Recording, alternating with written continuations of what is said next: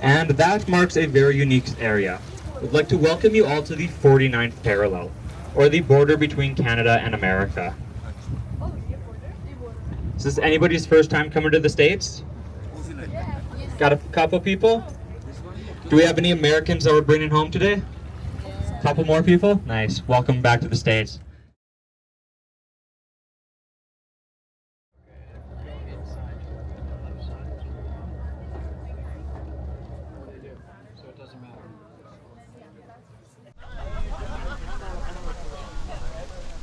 About 45 minutes till we reach the ranger station. Then half hour on shore, and then about 45 minutes back here to town. If you need the restrooms, or you think you will within the next 45 minutes, across the parking lot, take great.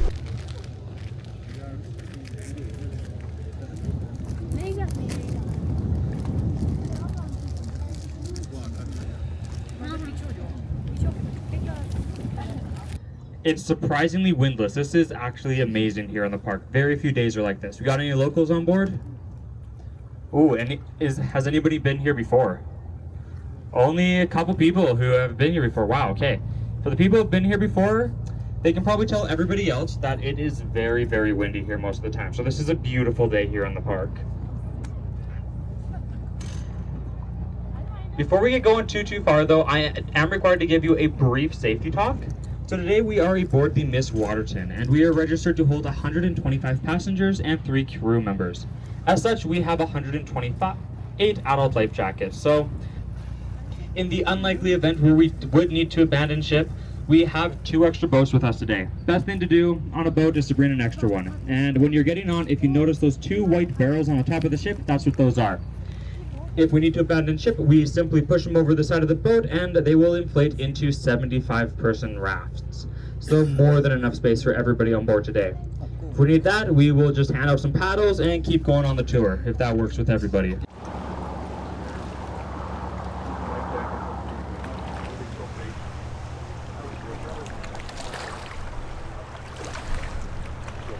Starting to warm up a little bit, and we might be hitting about 5 degrees above zero. So super chilly still. It's not a pleasant swim at the moment.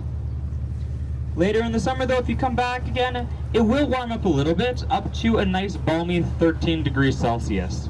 Might be about 60 degrees Fahrenheit, so basically a hot tub, if you're a crazy local.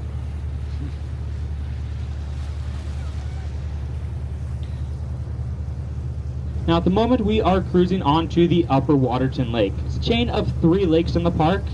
The upper, which we're now on, is the largest and deepest. We also have the Middle Waterton Lake just behind us off to our left through that narrow passage. It is the Middle Waterton Lake, and it also happens to be the middle size-wise. And then the Lower Waterton Lake is the smallest and shallowest, and you would have driven by it on your way back out. Now the sizes just happen to match up right. The lakes actually aren't named for their size, but they're named because of the flow of water. The water flows from south to north, from this lake into the middle to the lower, and eventually into the Waterton River, which will connect into the Saskatchewan River system, draining into the Hudson's Bay. Today on this cruise, we'll get just down to the border, cross over a little bit, spend some time down there, and then make our way back.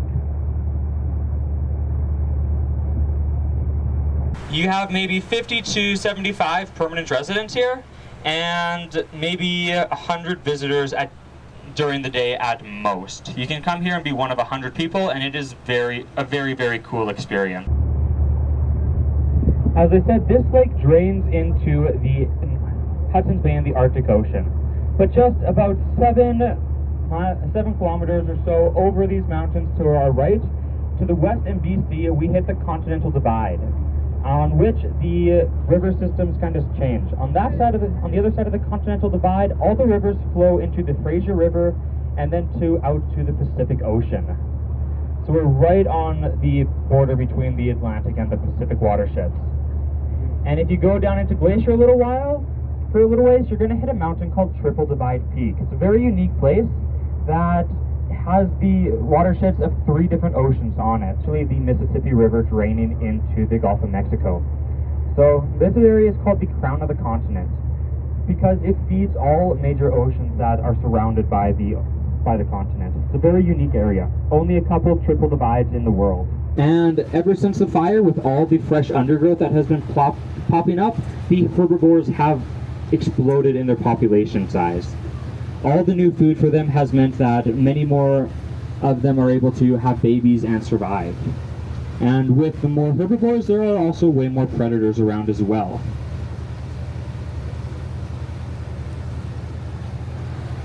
Some of the plants that are doing the best right now are the berry bushes. And the berries in this area are critical for almost all the animals to survive. We're up all night putting out spot fires started by embers dropping on the town site. Worked all night, and luckily they were able to save the town. Not a single building was lost. But it was quite a terrifying night for them. The fire was moving incredibly quick with the winds that there were that night. And it came down the Red Rock Parkway as well as the Akamina Parkway if you've been up those roads. 6 feet high, while the new baby trees are up to your waist.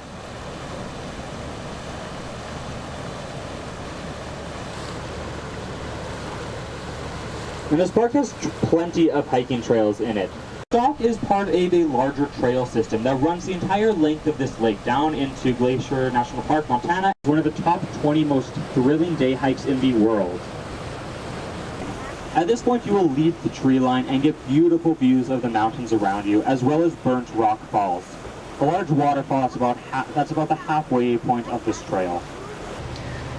One of the main trees in this area is the lodgepole pine tree, and it has a very unique cone. If you are really curious to find one, the way you'll know is that he's out into the valley below with a 600-foot waterfall. So it is incredibly beautiful over there.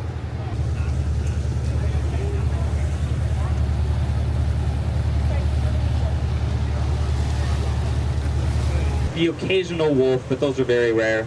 Cougars, which are also called mountain lions, wolverines, and then everybody's favorite animal, and also the ones that people are the most scared to hike around. Do I got any guesses? Bears, yes. Everybody's afraid to hike around the bear. Yes, don't leave your garbage. That is the best answer on how to be safe around the bears. Bears this time of year are eating mostly roots and bulbs underground, and maybe the occasional bug. It's not a very tasty diet. I would hate my life if I was eating only bugs. A little bit sweeter. An example of that is human food, like an apple core, a little cookie, or anything we leave behind. They just start screaming. Screaming kind of works, yes. It is effective. I just don't like to scream around every corner, and I'm sure your family wouldn't like that either. But yes, the human voice is the best grizzly bears in the area. But despite their name, black bears are not always black, and grizzly bears are not always brown. Yeah, I've ran into grizzlies by myself and they've moved out of the way. They just chased me up. And that marks a very unique area.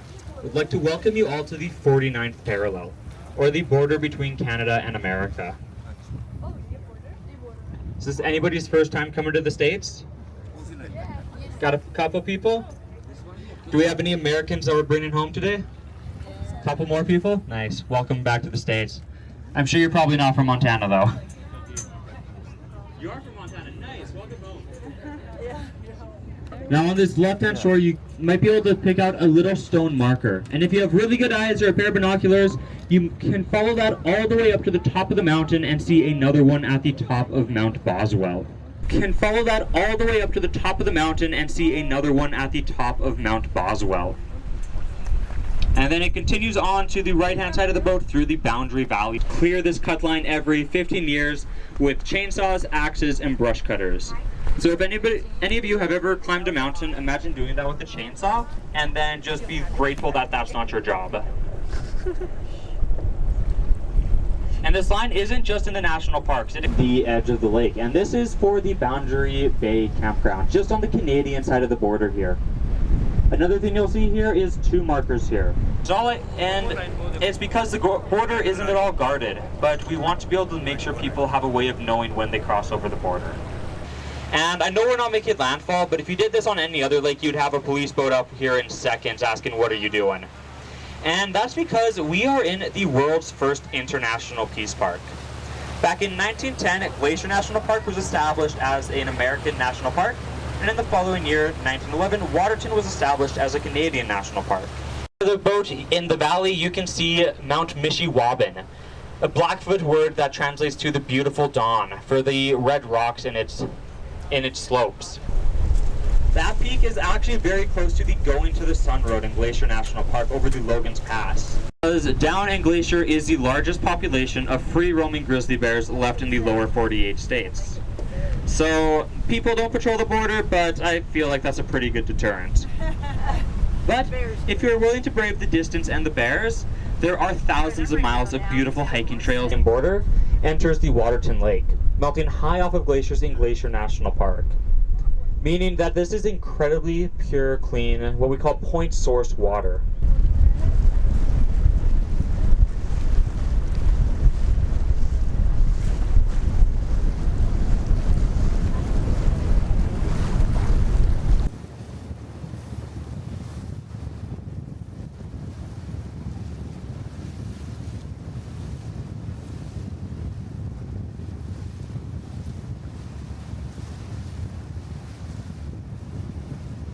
I'll pick the mic back up again when we get back to town to talk about some more things to do in the park. But until then, though, they might even give you a little money, so very, very unique.